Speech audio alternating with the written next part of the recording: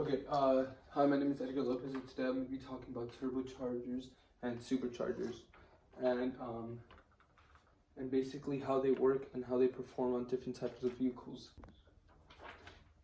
What are turbo and superchargers? A turbocharger, also known as a turbo, is a turbine-driven forced induction device that increases an internal combustion engine's power output by forcing extra compressed air into the combustion chamber. And a supercharger is the generic term for an air compressor used to increase the pressure or density of air entering an engine, providing more oxygen with which to burn fuel. The earliest supercharger were all driven by power taken from the crankshaft, typically by gear belts or chain. Turbochargers, generally speaking, work from the exhaust gases, where a supercharger works from a pulley system from the crankshaft from your engine. Okay, so the next slide. How does a turbocharger perform? When you turbocharge a car, you allow more compressed air to flow through your engine, which creates more power. To make this easier for you to understand, it's basically hot air from the exhaust system travels from one side to the turbo and gets slowed down, and then it comes into this here, and then it gets released colder air. So basically more air, basically more power, and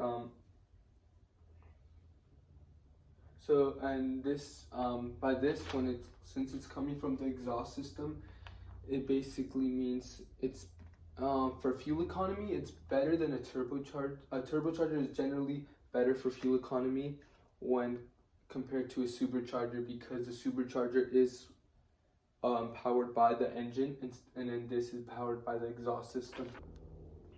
How does a supercharger perform? There are a lot of kinds of superchargers, but there's typically three main kinds of supercharger, which is the root types, the centrifugal, and the twin screw. They all work in this typically the same way, slightly different, but they all do the same exact thing, which is compress the intake air and force it into the engine at higher pressures to essentially create more power.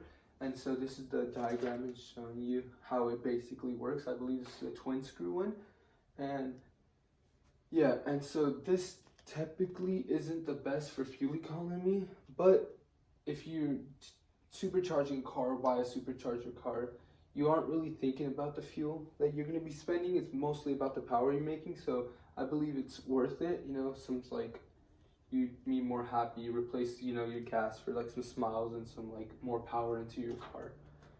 Okay, so the pricing is a little bit the same, but it can be different differing on the car you do it. So most people usually twin turbo a car, essentially, just because it evens out the power on each side of the engine. So it's either you can have it both in the middle, which is called the bi-turbo, and then you can have the twin turbos, which is on the opposite side of the engine. But the price of a twin turbo installation can vary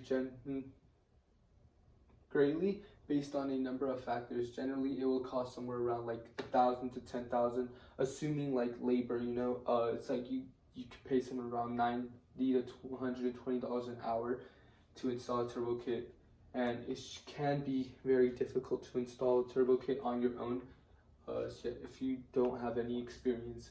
And when it comes to a supercharger, it's also very difficult to install, but the pricing, it's hard to say because it's different for each car.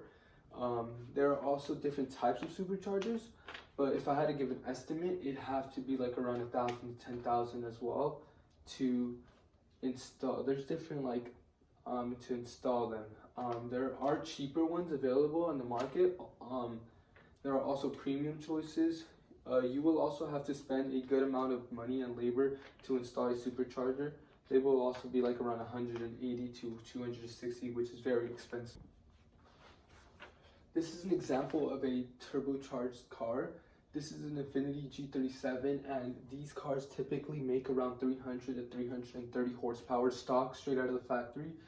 And by turbocharging this car, you can even make up to 200 to 500 horsepower, depending on other types of modifications. So in this you could see it's a V6, but I believe they have intakes coming out both sides, so it's dual.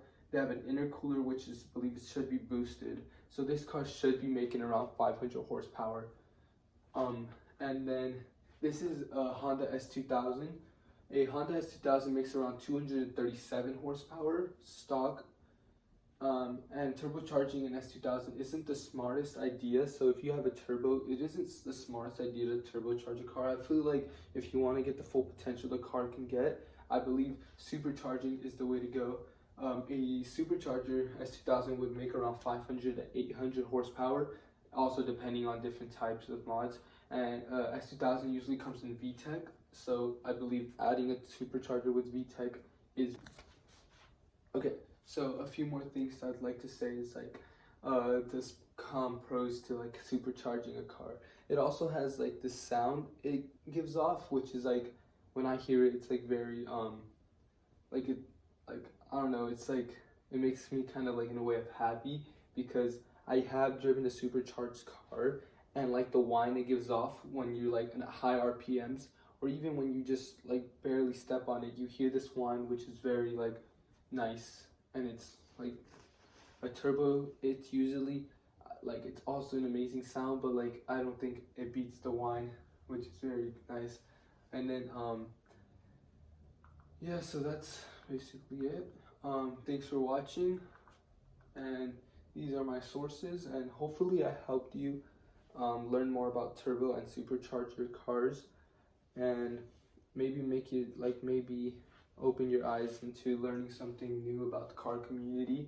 And hopefully you guys enjoyed watching me talk about this. Thank you very much, and thank you